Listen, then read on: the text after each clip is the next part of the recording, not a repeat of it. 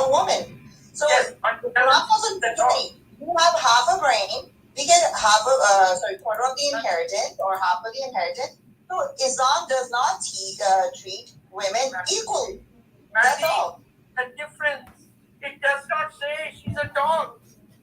I'm fixating on that. That is where we get pulled. Yeah, there is a hadith. If you don't want to take it in context, Mr. Tariq, would you please allow her? One moment. See, what we take seriously and what we don't take seriously is upon us. But there is a hadith which says that. We are not saying that it's the word of Allah or the word of the Muhammad. That's not what we are saying. But there is a hadith that exists. It could be written by mullahs and it could be written by male oppressors. That's a different story altogether. But there's no point harping about it again and again. We already know that we don't have to take it seriously, like Tariq Fatah explained to us. Can we just move forward? No, my question is, Sonam, that if she's saying that there is something like that comparing woman to the dog, can you please, if it is hadith, tell me, like, in which of we have two books of hadith, which is Sahih Bukhari. So which number and from which page? Could you please just code that for us? That which hadith it is and what it says. I will find it. I'll put it on top. Okay. I have actually posted it. I'm sorry to interfere. I've already posted it on it. Where have you posted it? On your chat link. Okay. It's from Sahih Bukhari. Yeah, okay. God. This is too much. And how does one read that? How does you can click on the link and you can read it. You know, you can. Basically, you have to look at hadith from a historical perspective. I know that. First of all, I just like to take a look at it, and I can't see. Sure. It's on the chat list. Chat list. Okay. Are you, Nadeem, how do we go there? There's a button at the bottom, right? Where you have replies. Have you posted it there? Yes, that's where I posted. Okay. Where it says 124? I mean, there are just too many replies. Can somebody post it up here? I don't know how to do that, sorry. Sure. Anyway, I mean, Tariq Fateh has already explained that is not to be taken as the word of Allah. So could we move forward now? No, but the whole point is, Sonam, that I challenge there is no hadith also, because I believe that there is no hadith. And of course, Mr. Tariq said that there is nothing in Islam. So Islam comes from Quran and then from hadith. So what I am saying that there is nothing in hadith, neither in the Quran. Okay, so this person is claiming that he's already posted it. Maybe you want to find it. Or Nadeem, if you could just quote. I've shared it above whatever is linked. Okay. Shared it above. Now, how does one go to above? You can see it if you just scroll up a little. Yeah. It says sunnah.com/Bukhari. Okay. Sunnah.com Bukhari 5 point this one. Yeah. Okay, Nadeem, make your point. Yeah, I just need to quickly make 2 points. One is the whole idea of hijab, nikah, wheel, whatever you want to call it. It started when one of the Prophet's wives, she went out to the field to relieve herself, and a couple of other Prophet's friends or Sahabis were making fun of her. So, and right after that, the verses of covering themselves was revealed to the Prophet. So that's one point. Second point is that the whole idea of a veil was to differentiate the Muslims from the non-Muslims, or to differentiate the slaves from the ones who were not. So, and during the days of the Prophet and even after that, those non-Muslims who, like the slaves who used to veil themselves, were actually forced to take the veil off. So, and that's it. I'm not gonna argue or make a big discussion over this. So, if someone has any questions, I'm free to answer. Sure. Does anybody have any questions? Sonam, I posted that on top, so you can probably see it. And they were they didn't have to cover, they had to be toplets. Like, you couldn't wear it, they had to be toplets. That is correct. Yeah, they were forced to show their breasts and also forced to show their calves and their thighs as well. Sure. Okay, Abhish has been wanting to say something for a while now. Hi, Sonamji. Thanks a lot for giving me the opportunity. And hello, Tariq ji. I'm your big fan. First of all, Sonamji, it takes a lot of guts to conduct a space with such a topic because obviously you will get many DMs with abusers and many even threats. But again, you are not one to get scared. So I will not talk about Islam because I'm not a Muslim, but I'll just talk about few facts which I have researched since a long time and I've got to know. So apparently one of the oldest universities in the world, which is still functioning, was created by Fatima al-Fahri, and it was a mosque, Al-Karbain Mosque.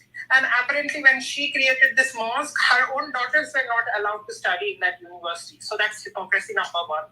Hypocrisy number two would be that I have read many tweets and many articles wherein people come and down under the tweet and say, no, if a woman wears hijab, then it will protect them because if she goes out, then other men who will look at her, they will know that she is wearing hijab, she is a pious lady, and I should not go ahead and torture her or I should not approach her in a negative way. So this is hypocrisy number two, wherein men are not able to control their urges. That's the reason why woman has to cover up from head to toe. Her eyes should not be visible, her feet should not be visible.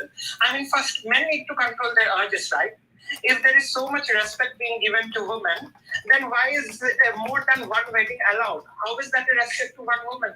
When a man can, even in India, right, a Muslim man can legally have 4 wives. So where does the whole respect come into picture with this hijab aspect? I don't understand. When you have already one wife, you will go ahead and marry 3 more wives legally, and you can even go ahead and give triple talaq.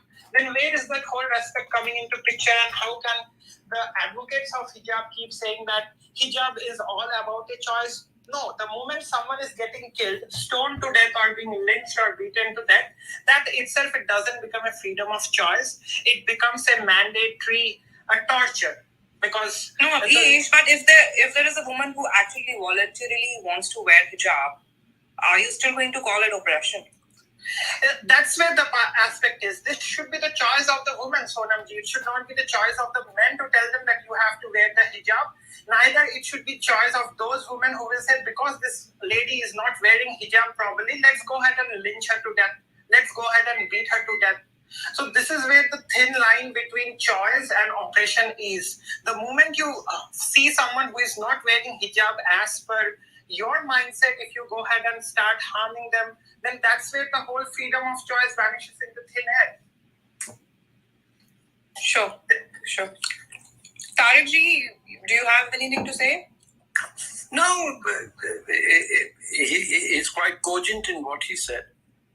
What do you have to say about Muslim girls wanting to wear hijab in school, and the Muslim community saying that it is a blocker? No, those are political issues. They have got nothing to do with these girls being pious. That woman who came to the school and created that fuss, she was wearing a helmet, without a helmet on a motorcycle. She came there, and then she took that helmet off and placed it on the motorcycle and then marched in with those Allahu Akbar sign. Well, why was she wearing a helmet then? I mean, the point is, इसको हम हिंदी में क्या शरारत कहते हैं ना?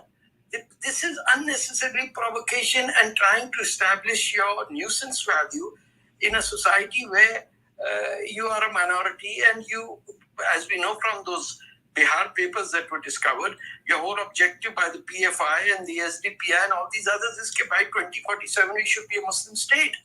There is this urge within, whether they are Pakistanis or Indian Muslims or even some Bangladeshis, that our right to rule India is is established because. But how do you react to this? That most Muslim organizations that matter have welcomed the raids against the PFI. There's hardly been any resistance against. No, they're fraudulent. ये झूठ बोलना हमको हमने किसके सामने झूठ नहीं बोला? The same people, Vallabhbhai Patel speech in 48, the same people who worked to create Pakistan stayed back in India and said, I changed my mind. So he asked them, ये क्या आप खाते हैं जो एक दिन के अंदर आपका opinion बदल जाता है? Pakistan was created by the Muslims of UP and Bihar. The people who are now in Pakistan didn't even want Pakistan. So you're saying that these Muslim organizations which are welcoming the action against the PFI, they are faking it. Oh yes, all of them. Absolutely. You wouldn't. That is what I'm saying. That there isn't an organization in India of Muslims who are truthful and who believe in the Indian Constitution, who say we are first and foremost. That again a gross generalization? Why? Show me an organization that believes in Constitution as its fundamental identity and that Hindustan is from where they come from. Any Muslim organization. I can tell you individuals. I can, from Arif Muhammad Khan to General Atta to Sabui Khan to Dr. Rizwan, hundreds and hundreds of them who are genuine. Are they also faking it?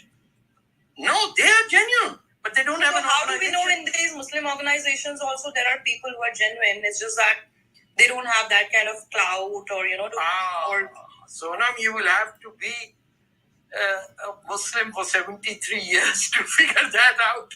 That the same people who wanted Pakistan committed a genocide of those Pakistanis till India came and made it into Bangladesh.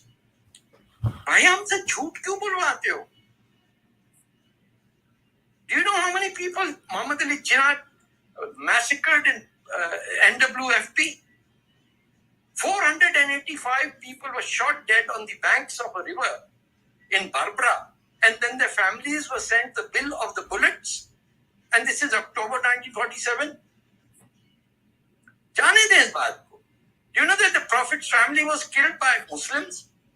I mean, we are going somewhere else. I wanted to ask you about this burning issue in India right now. No, burning issue ये है कि झूठ is allowed.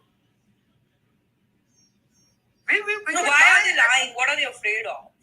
They are not afraid of anything. They are looking for the rightful claim on Delhi as the Sultanate.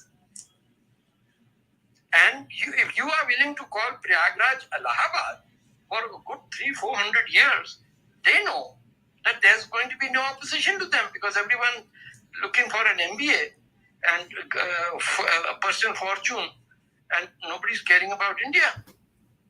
So they openly laugh. Their first conversation is, "Are ye sabji khane wale hi hamara kya mukabla karenge?" It is an everyday conversation, and every Desi Muslim home who looks down upon Hindus as if they were some inferior people. Last night I had almost heartburn and a heart attack telling people to come to the senses. क्या बकवास 24 घंटे लगे रहते हम गोश्त खाते. अरे भैया गोश्त अकल सब्जी जाती दिमाग में और गोश्त कहीं और जाता है, जैसा सबको पता. एक काम की बात नहीं लिखी है 400 साल के अंदर. जूता नहीं बना सकते, बेंच नहीं बना सकते, कोको कोला नहीं बना सकते, कुछ नहीं बना सकते, सिर्फ टेररिस्ट बना सकते. ओके, चारपाई बड़ी अच्छी बनाते हैं हम. हाँ, लेकिन उसमें भी जहाँ पाँव हुआ ना वहाँ नाड़ा होता है. वो कहते हैं हमने वजू के लिए रखा हुआ है. So I'm sorry. किसी का दिल नाराज ना हो जाए, please. Okay. Shall we go to A and B? अच्छा नदीम, आप कुछ कहना चाह रहे हैं, फिर we'll go to A and B. Oh, no, thank you. I just wanted to make this just small comment. Won't take more than a minute. Religion in its current form, especially monotheistic religion, they are not compatible with current life. So either they will have to evolve or they will slowly die down. I just needed to make that statement. If someone would want to rebut it or ask. Nadeem, are you a Muslim? I was born and raised a Muslim, yes. In Pakistan or in India? In Pakistan now. In Pakistan. Yeah. Okay. I'm a physician by profession. I'm practicing here in the United States for the past 30 years. So that's my background. I practice internal medicine, pediatrics, and also addiction medicine as well. I'm board certified in all three. थोड़ी वो neuro science में भी कर लेते तो हमारा ठीक होता. सर वो मुश्किल सब्जेक्ट है. It's very nice to hear you, sir. Excellent space here. I would like to thank all of you, and I would like to make my grace. Thank you. Thank you.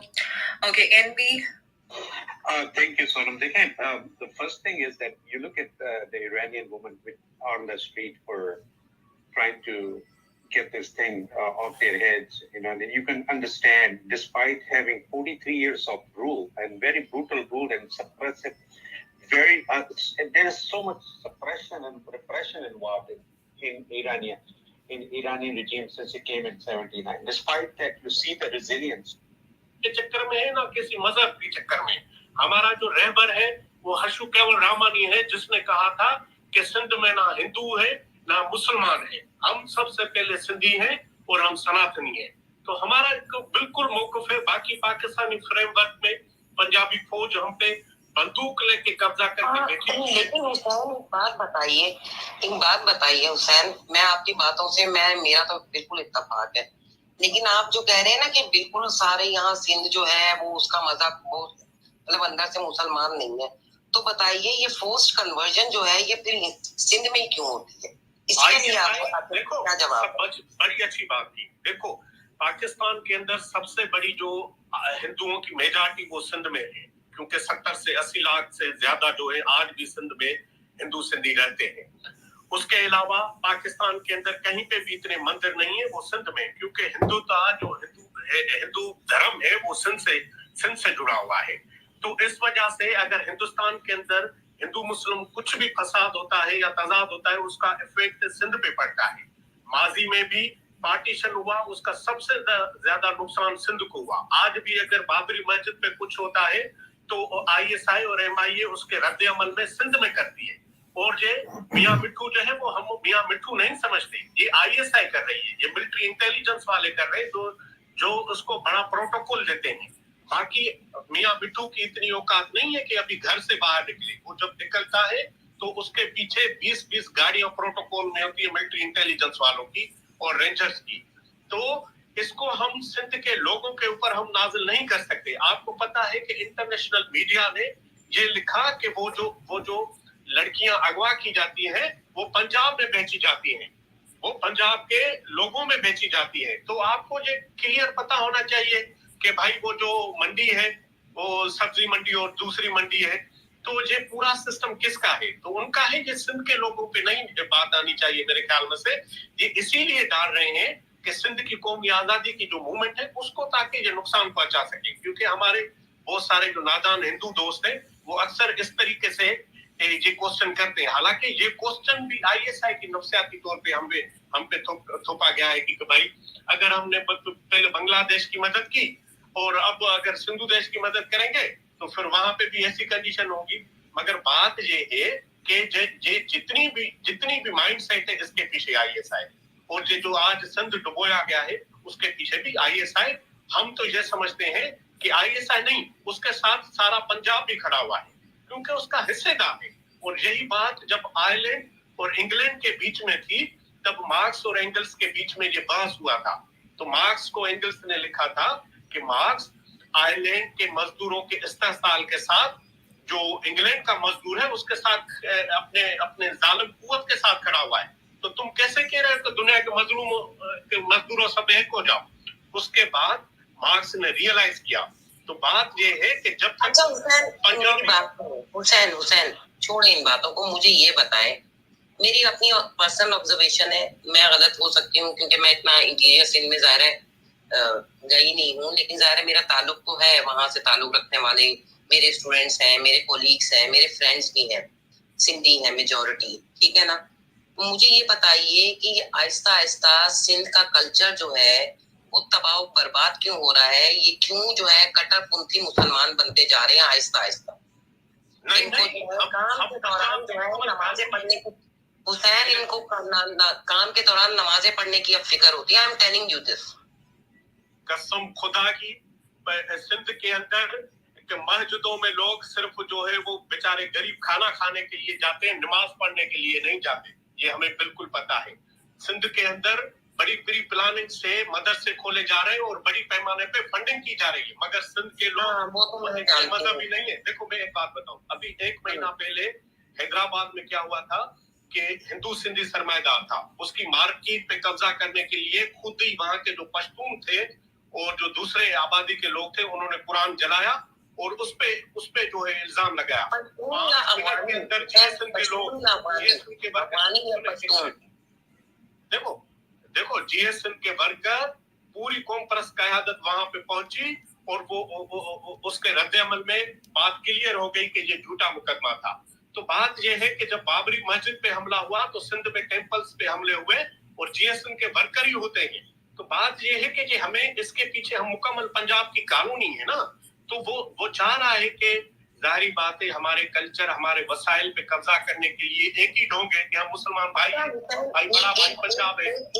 ایک request ہے آپ سے, اور مطلب اس کو بتائیے گا بھی, آپ کی جو جی ایس این والے آپ لوگ ہیں, آپ لوگ کیوں نہیں یہ بلاسفیمی لا کے اگینسٹ جو ہے کوئی کمپین چلاتے کہ یہ اس کو ختم کیا جائے؟ آپ لوگ کیوں نہیں اس پہ کوشش کرتے؟ سندھ کے لوگوں کو کیوں نہیں ساتھ ملاتے؟ سندھ کے لوگ ہمارے ساتھ کٹھے ہیں. 2012 میں بشیر خان قریشی نے دیکھو میری بات سنیں نا, بشیر خان قریشی نے, آپ گوگل جا کے اٹھائیں, بشیر خان قریشی نے سندھ فریڈم مارچ کیا کراچی میں, لاکھوں لوگ اکٹھے ہوئے, جس میں امریکہ نے بالکل کلیئر بشیر خان قریشی سے رابطہ کیا کہ ہم سندھ دیش میں مدد کریں گے, مگر اس سے پہلے ISI نے اس کو زہر دے دیا. 2012 میں جی ایس متحدہ ان کے چیئرمین نیچے بیٹھے ہوئے. حیدرآباد میں فریڈم مارچ ہوا جسمم کے پلیٹ فارم پہ, لاکھوں لوگ اکٹھے ہوئے.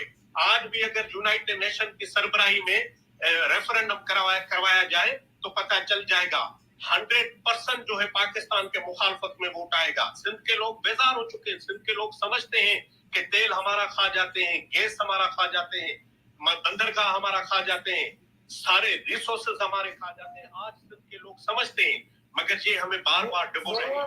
وہ پتہ ہے کیا کہتے ہیں, وہ کہتے ہیں سندھ کے پاس کیا ہے سوائے ایک سمندر کے. پتہ ہے میں نے اس دن یہ بکواس سنی ہے, یہ 75% جو 85% جو بجٹ جاتی ہے, ریونیو جاتی ہے, وہ ارے بھائی وہ تو جوتوں سمیت آنکھوں میں گھس رہے تھے حسین.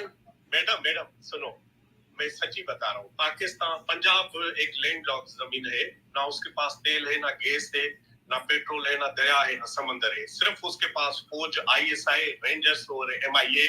باقی 2 چیزیں ہیں, ایک سبزی منڈی, دوسری ہیرا منڈی, اور ان کے پاس کوئی ذریعہ نہیں ہے کمانے کا, کھانے کا. یہ سندھ کا کھا رہے ہیں نا, یہ سندھ کا کھا رہے ہیں. تیل ہمارے سے جاتا ہے, سمندر ہمارا ہے, نیوی پنجاب کی ہے, گیس ہمارا ہے, نکلتا جاتا پنجاب میں ہے.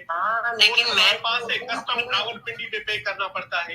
حیران کی بات ہے نا کہ دکان آپ کا ہو اور جو کسٹمر آئے اس کی پیمنٹ میں لے لوں تو آپ تو مجھے جوتے مارو گے نا.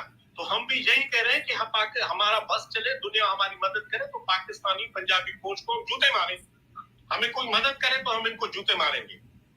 نہیں, خود ہی اکٹھے ہو کے جوتے ماریں گے, کوئی مدد کرے نہ کرے. جی سندھی کیا نام ہے تھنکر. جی نمستے. جی رام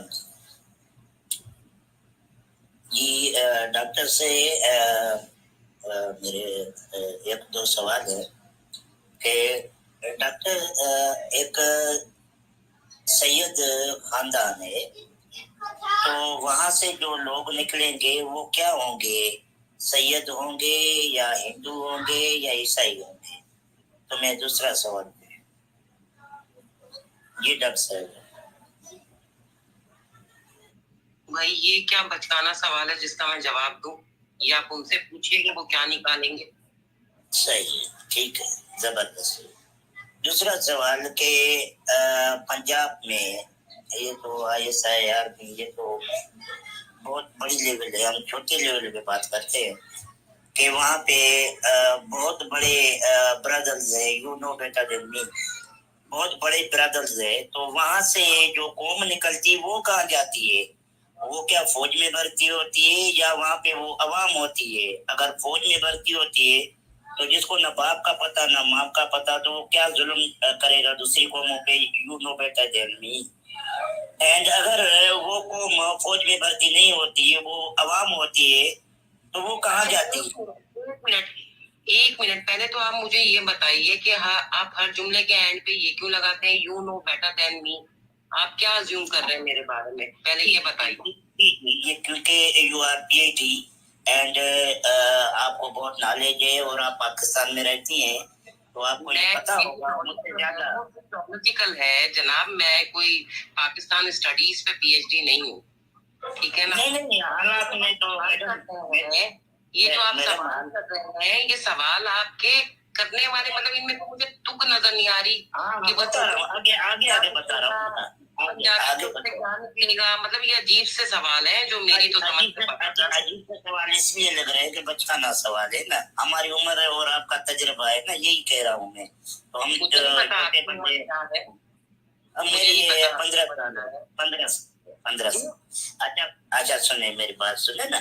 तो ये मैंने जो मिसाल दिया कि जैसे कह रहे हैं कि आपने मैंने आपकी थोड़ी तकरीर क्या, मगर आपके पॉइंट्स ऑफ व्यू सुने कि आपने कहा कि यहाँ पे जो पंजाबी है उनको भी कहा जाता है कि ये ऐसे न करो, मगर वो नहीं कहते, ये करते। तो मेरा जो पॉइंट ऑफ व्यू है कि जितने मजालिम भाई साहब, मैंने पंजाबी को कहा जाता है वो नहीं करते हैं। हुसैन, मैंने कोई ऐसा जुमला बोला है? नहीं, मैंने सुना, वो पता नहीं आपका सुना या गलती से। सुने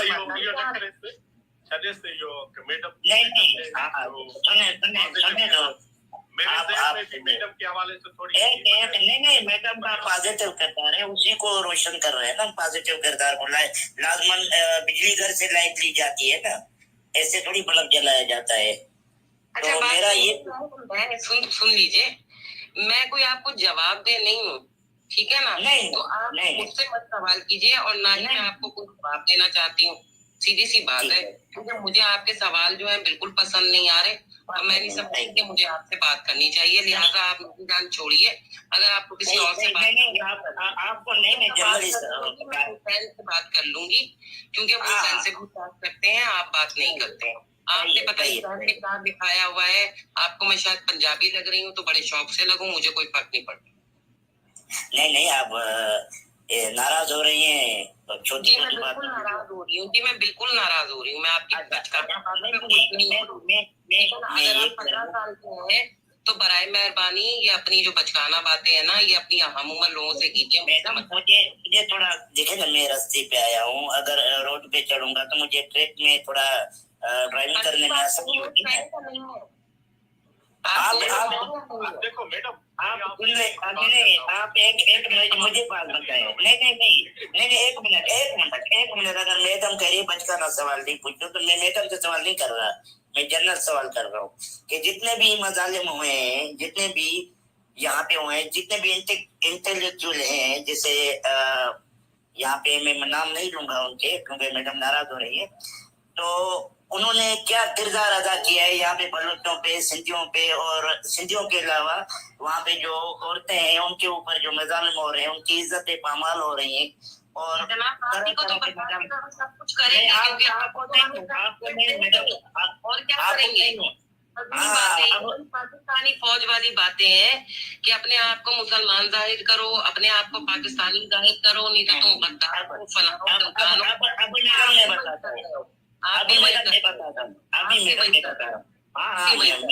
मैं पाकिस्तानी फौजी हूँ। आप बता दें कि सुबह सिंध में हैदराबाद शहर में 2021 को एक स्पेशल पर्सन को अगवा किया जाता है।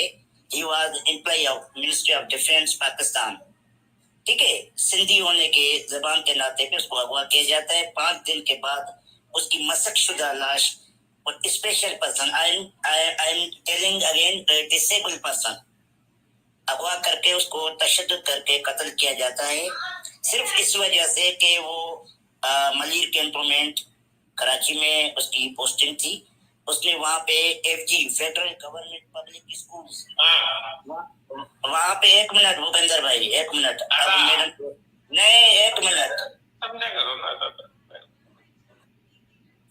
भाई मैं एक बात जानती हूँ, जब यहाँ इन लोगों को कुछ नहीं मिलता तो जो इनके हक में भी बोल रहा होता है ना, ये उसके भी गले पड़ जाते। एंड दिस इज नहीं, मैंने ये नहीं रोका, वो कोई और बात थी, वो हमारी बात। अच्छा, जो भी लेकिन जो इनका एटीट्यूड है वो यही है कि अगर कोई इनके हक में भी बोल रहा हो तो भी इन्हें बुरा लगता है, इनके खिलाफ बोल रहा हो तो भी बुरा लगता है। मैंने यही एटीट्यूड देखा है सबका। अच्छा ये नहीं भूपेंद्र भाई 1 मिनट, मैं आपसे सवाल करता हूँ। मुझे पता है कि मुझे हारना है या जीतना है, मुझसे इसकी कोई भी परवाह नहीं कि मुझे मैं हारूं या जीतूं, मगर ये मेरी जंग है, मुझे लड़नी है, बस मुझे ये पता है, बस बस।